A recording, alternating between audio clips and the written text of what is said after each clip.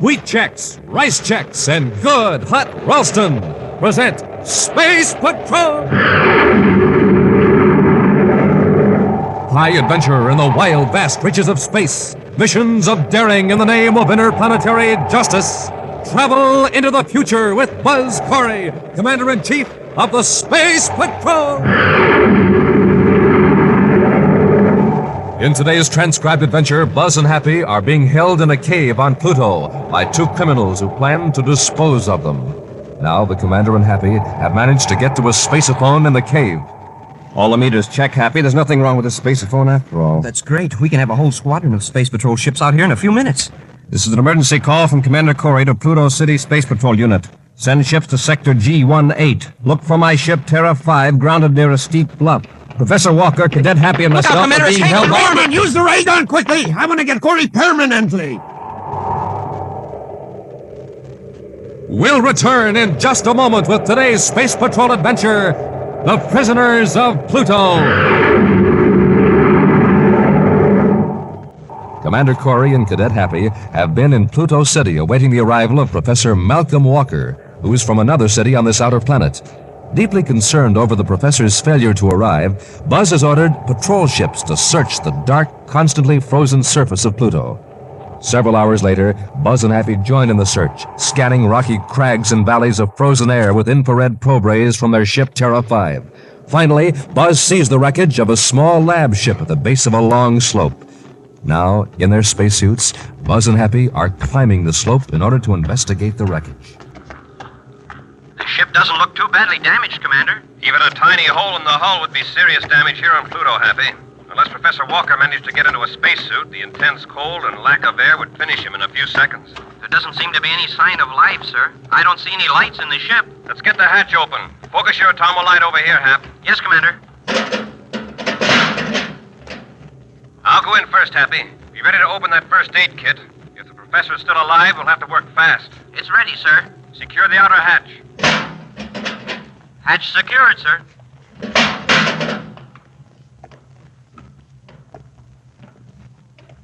Well, he's not in the control section. Want me to check the aft compartment, sir? All right. He may have sealed himself in after the crash. Hey, wait. What's this on the control panel? It looks like a note, Commander. Hold your light on it. Ship crashed due to instrument failure. Spaceophone equipment damaged by crash. I am not hurt. 2 hours after crash, I thought I saw a flash of light due west. Since rescue at this position is unlikely, I've gone to investigate source of light. I shall appreciate finder of this note relaying this information to Commander Corry of the Space Patrol, who is now in Pluto City. I'm carrying a projectoscope and an atomo light. Professor Malcolm Walker. Professor Walker should have stayed with the ship. Well, it's good to know he wasn't hurt, but I wonder what caused that flash of light he saw. There's nothing out here in this part of Pluto, unless another search ship has landed here. I believe the light was probably a reflection in the frozen air that covers the ground. A reflection from a ship far above this planet. Well, if Professor Walker took an atomo light with him, it shouldn't be too hard to find. Let's get back to our ship, Happy. We can head due west at low altitude and see if we can locate him. Right, sir. First, just to prevent any further wild chases all over Pluto, I'll add to this note in the event he returns here. I'll ask him to remain in the ship. Just a minute. There he is on the sled, just like I told you on the spacephone. Found him unconscious, almost tripped over him in the dark. All right, let's lift him out of this airlock. Say, didn't you jump any more frozen air, Orman? That first load will hold us until we find out who this guy is. Just set him down here. Well, anyway, he isn't with the Space Patrol. His suit says United Planets Research Foundation. What kind of a research would he be doing out here? His eyes are open now, Hagel. Open his face piece. We'll find out who he is. Wait, Orman. Chances are he's just lost. If we don't arouse his suspicion, we can keep him here until our supply ship arrives next week without any trouble. Then what? Then we will turn him over to the boys. They can get rid of him out in space. Yeah, okay. All right, open the face piece, and I'll do the talking. Just take it easy, my friend. We'll have you out of that spacesuit in a moment. Thank you. My heating unit went out. I guess I'm lucky you found me. You certainly are. How do you happen to be on this part of Pluto? My lab ship crashed a mile or two from here. Hmm? I'm Professor Malcolm Walker with the United Planets Research Foundation. Mr. Hagel. I'm a geologist. I see.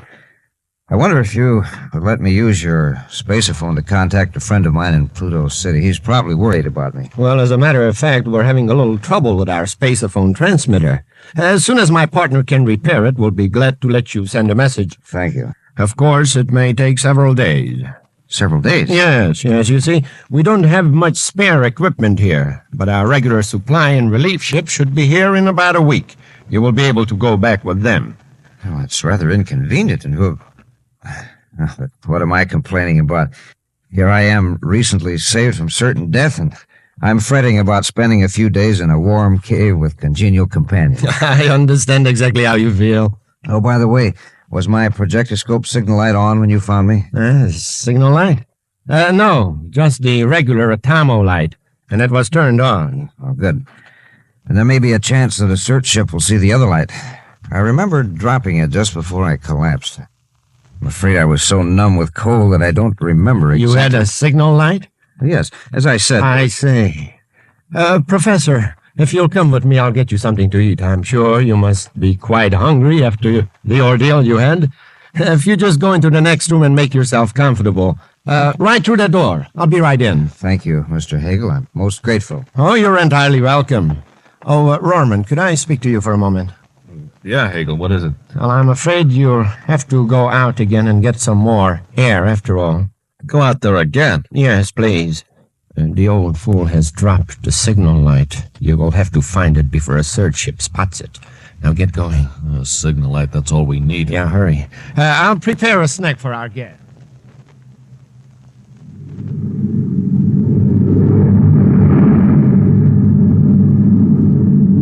Well, there's not a sign of anybody down there, sir. Keep your eye on the viewscope, Happy. The professor couldn't have gone much farther than this on foot. He'll circle back and cover the area again. He may not have headed due west after all, sir. Shouldn't the infrared beam have picked him up by now? Unless he's fallen into a crevice. Yeah, then that would account for our not seeing the lights he said he was carrying. It doesn't look too good. We better send for more search ships. Spaceophone Pluto City, Happy, but still keep an eye on the viewscope. Yes, sir. Cadet Happy aboard Terra 5 calling Pluto City Space Patrol. Cadet Now, Happy hold aboard... it a minute, Hap. Check your transmitter settings. Yes, sir. Seems all right to me. Oh, I forgot about the new double scrambler circuit. You were on 2 frequencies, Pluto City and Terra headquarters. Yeah, I'll have to watch that. Terra would probably wonder why we were bothering them with a Pluto search problem. The double scrambler is a good security measure, Hap. We can send the same message in 2 different codes, and no outsider listening in can tell that the same message is being sent. Now, well, I've got it set for Pluto City alone now, Commander. Fine, Hap. Smoking rockets. There's a projectoscope light, Commander, down there on the ground. That must be Professor Walker's light. Happy, hold that call until we can land and do some investigating. All right, Commander. Why doesn't he turn it back on? He must have seen our ship lights. Well, we've got a rough check on the location. It shouldn't be difficult to find him now.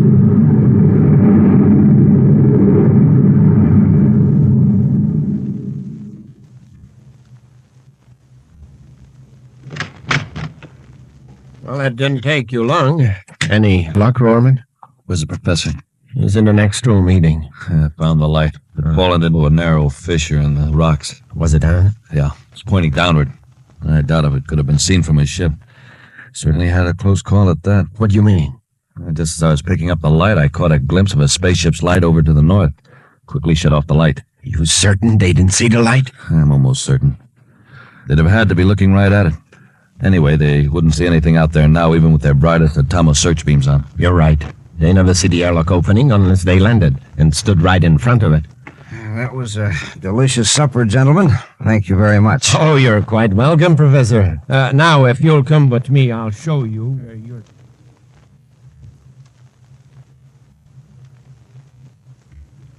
Well, you won't give us any trouble for a few hours.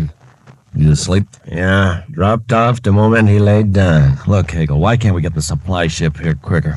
We can space phone him tonight. That would be pretty stupid, Rorman, with search ships flying around this area. In a week, they'll have given up the search. Then it will be safe for the supply ship to land. I'm sick of hiding out in this cave. We've been here 10 months. Surely the Space Patrol isn't still looking for us after all that time. Well, I'd rather be here than in some Space Patrol detention center, undergoing suspended animation treatment. Yeah, I'd like to know how this differs from suspended animation. Hey, listen, you hear that? Sounded like somebody in the airlock. Hagel. Look. Sorry if we startled you. I'm Commander Corry of the Space Patrol. Yes, Commander. We were startled. You see, we weren't expecting company. We're looking for Professor Walker. Professor Walker? Why, there is no one here but my partner and myself. Professor Walker's lab ship crashed near here. Yeah, we found a note that it was headed in this general direction. Ah, then he probably went right on past our airlock. We often miss it ourselves. I don't imagine he's very far away. You're sure you haven't seen him? Oh, no, we haven't seen anyone.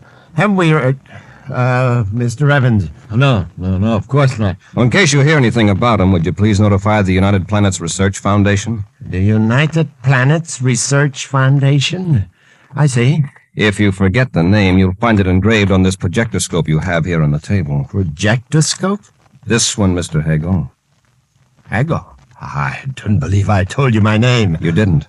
You looked familiar to me when I first came in. I just recalled where I'd seen your picture. And where was that, Commander? We have a method of remembering faces we see in the Space Patrol wanted files.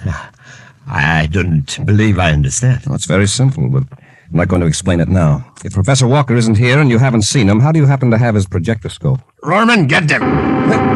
Commander! Stay where you are, Cadet! Nice work, Rorman. I saw the commander edging toward the projectoscope. I couldn't grab it in time. Oh, it's probably just as well. Corry and the cadet have forced our hand. Now we'll have to play it safe. Lock them up. We'll get rid of them and the professor, too.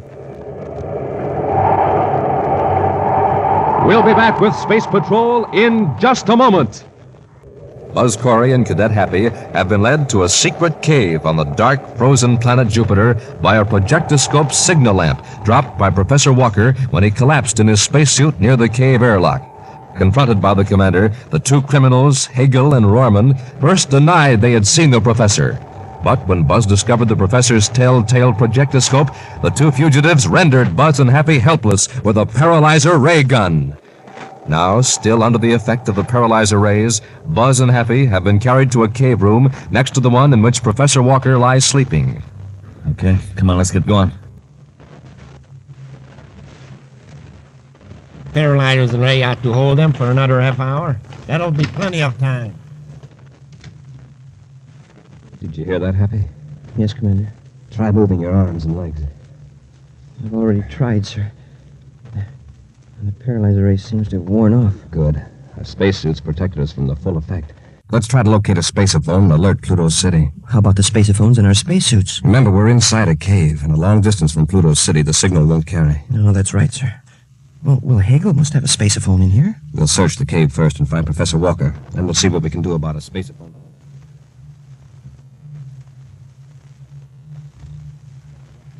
Professor? Professor Walker? Wake up, Professor. Huh? What? What's going on? Who are you? I'm Commander Corry of the Space Patrol. Of course. Commander, am I still in the cave? Yes, Professor, you are. Well, that's a relief. I'm afraid I owe Mr. Hagel and Mr. Rorman an apology. You do? Yes. For a brief moment a while ago, I suspected them of trying to keep my presence here a secret. Isn't that ridiculous? I suppose it was due to my fatigue and fear after cracking up. Now listen, Professor, there isn't much time. Your suspicions were correct. Hagel and Rorman are criminals. What? The Space Patrol has been searching for them for months. You happen to stumble on their hideout. Then you've captured them? Not yet, but we will. We'll need your help. Where's their spaceophone? Spaceophone? They told me it was out of commission. Well, I'll bet they've got a spaceophone around here somewhere, and in good working order, too. Well, we'll check. Professor, better get your spacesuit on. Be ready to move out of here in a hurry. I certainly will, Commander. Come on, Happy. We'll try to locate Hagel's spaceophone. Keep this stuff down here. We can store it away later. Okay, Hagel. Say, this is a real haul. We got quite a load of supplies out of their ship, didn't we? Yeah, we sure did. Now, let's get the three of them and put them on Corry's ship. Have your ray gun handy. We may have to give them another blast. All right. Are you sure you can make this ship crack up look like an accident? Just leave it to me. We'll take Corry and the cadet to the ship first, then come back for the professor. Wait. Well, what is it? I hear voices in the spaceophone room. Be quiet. I'm going to open the door. All the meters check, Happy. There's nothing wrong with this spaceophone.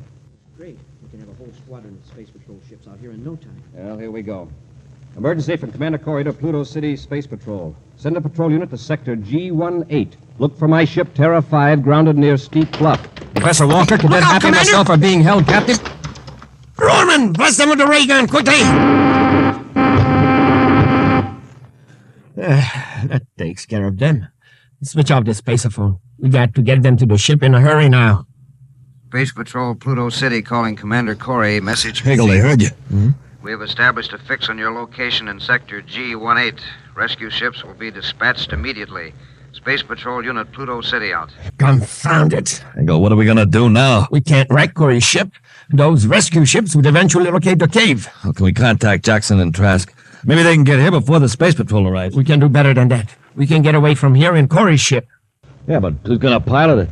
Where will we go? You don't know astrogation, neither do I. Oh, I can get it spaceborne. After we're off Pluto, we'll wait till Corry and the cadet come out of the ray gun effect.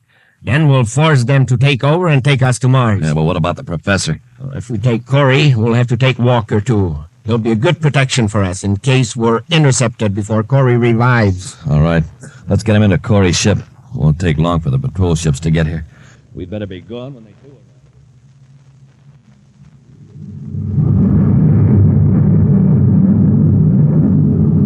Happy. Happy, are you awake? Yeah, yes, sir. Hey, where are we? Aboard Terra 5. Commander, you got us off Pluto. The last thing I remember was having Hegel and Rorman surprise us when we were using the spaceophone. How did you manage to get us away? I'm afraid I didn't. Hegel and his partner put all three of us aboard our ship. Oh, Commander. Yes, Professor? I don't suppose you know where they're taking us? No, I don't. Do you? To Mars. They were talking after they used the ray gun on you and the cadet. To Mars? Why would they risk discovery by blasting off in my ship? Well, you see, the Pluto City Space Patrol unit replied that they had established a fix on the cave and were going to send rescue ships immediately. What? I don't see how that's possible. Hegel and Rorman got us before we established contact with Pluto City. Besides, they couldn't have plotted a fix that fast. It was my voice they heard.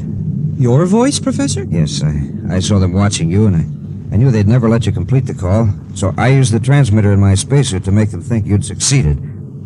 Perhaps it wasn't such a good idea. I'm not so sure. At any rate, it was very quick thinking, Professor. But it didn't have the effect I hoped it would. I thought perhaps if they thought their position was hopeless, Hegel would surrender without harming us. Well, at least it got us off Pluto, Professor. But we're still their prisoners. And we've still got a chance. Listen, I hear somebody in the next compartment. Oh, you've come out of it, eh? Come on, Commander. You and the cadet have work to do. And if we refuse? Roman and I can easily find a way to change your mind. All we want you to do is to plot an astrogation vector that'll take us to Mars. Can't you do it? I wouldn't be asking you if I could. There's a lot about the ship that I don't understand. And listen, Corry, don't try any tricks. I'll know Mars when we're close enough to see it. And don't forget, whatever happens to the ship happens to you, too. All right, Hegel. Okay, up to the control compartment then. Professor, you'll stay here.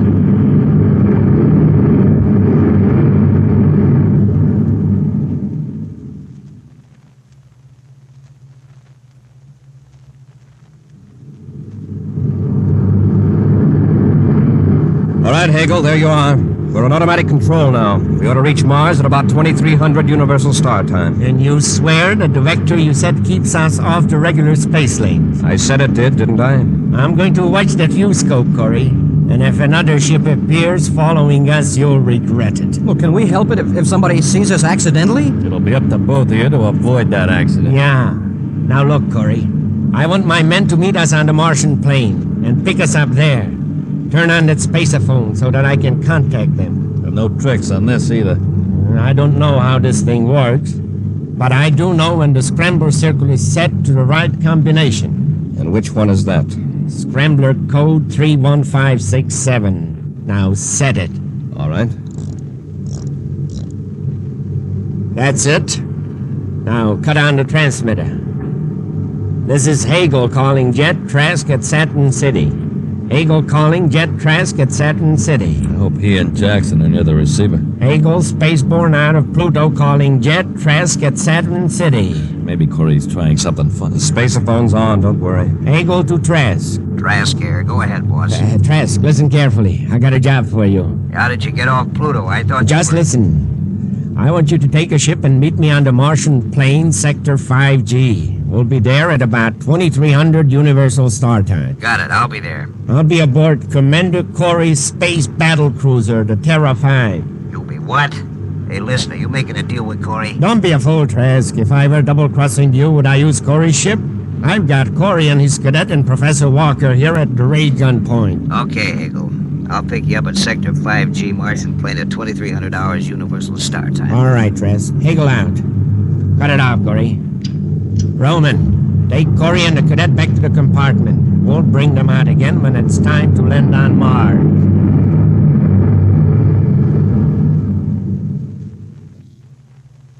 Nice landing, Corry. And now this is where we say goodbye. Yeah, we'll miss you. You won't miss a thing from now on. Yeah, this is it. For all three of you. Yeah, let's finish them before Trask lands so we won't waste any time getting away from here. There's just one thing I want to do first, Hagel. Yeah? What is it? This! Get him, Happy, while they're off balance. Well, I guess that takes care of our friends, sir. Get their weapons, Happy. Norman, why didn't you watch Corry? How did I know he was going to jolt the ship with a rocket blast? Anyway, maybe Trask can help us. That's right, Corry. The alert you gave the ship will tip him off that something's wrong. He'll get us out of this. I think you'll find that Trask is having troubles of his own. Have a look in the viewscope. Space Patrol ships. That's right. Where did they come from? You told them where to find us, Hagel. I did? Yes. When you were talking to Trask on one scramble frequency, the same message was being sent out on the regular Space Patrol emergency frequency. Happy, take them back aft and lock them up. And ask the professor if he cares to join us. Right, sir. All right, come on, you two. Be our guests for a change. And now, a preview of next week's exciting Space Patrol adventure. Buzz and Happy are investigating a space factory revolving in an orbit around the planet Venus. Suddenly, they find themselves locked in a freight-handling chamber room, floating in the middle of the room. Trowbridge has cut the artificial gravity field. We're completely weightless. Well, how are we going to get down to the floor? Oh, my head. Smoking rockets, Commander. We fell up to the ceiling. There's the floor down there below us. Trowbridge reversed the gravity field. The pull in this room is toward the ceiling. Well, now how are we going to get down to the floor? We'll get down to it all right. The hard way, I'm afraid. Trowbridge will reverse the gravity field from floor to ceiling till he breaks every bone in our bodies. Be sure to listen next Saturday for the exciting story, The Venus Space Factory, when wheat checks, rice checks, and good hot Ralston again bring you Space Patrol! Space Patrol, an original Mike Moser production starring Ed Kemmer as Commander Corry and Lynn Osborne as Cadet Happy, was written by Lou Houston and directed by Larry Robertson. Other players were Ken Mayer, Norman Jolly, Bela Kovach, and Stephen Robertson. Dick Tufeld speaking. Now, don't forget to tune in next Saturday and every Saturday when wheat checks, rice checks, and good hot Ralston again present the new exciting Space Patrol. And be sure to see another exciting Space Patrol program on your local ABC TV station. Consult your local paper for time and channel. Space Patrol came to you transcribed from Hollywood. This is ABC Radio Network.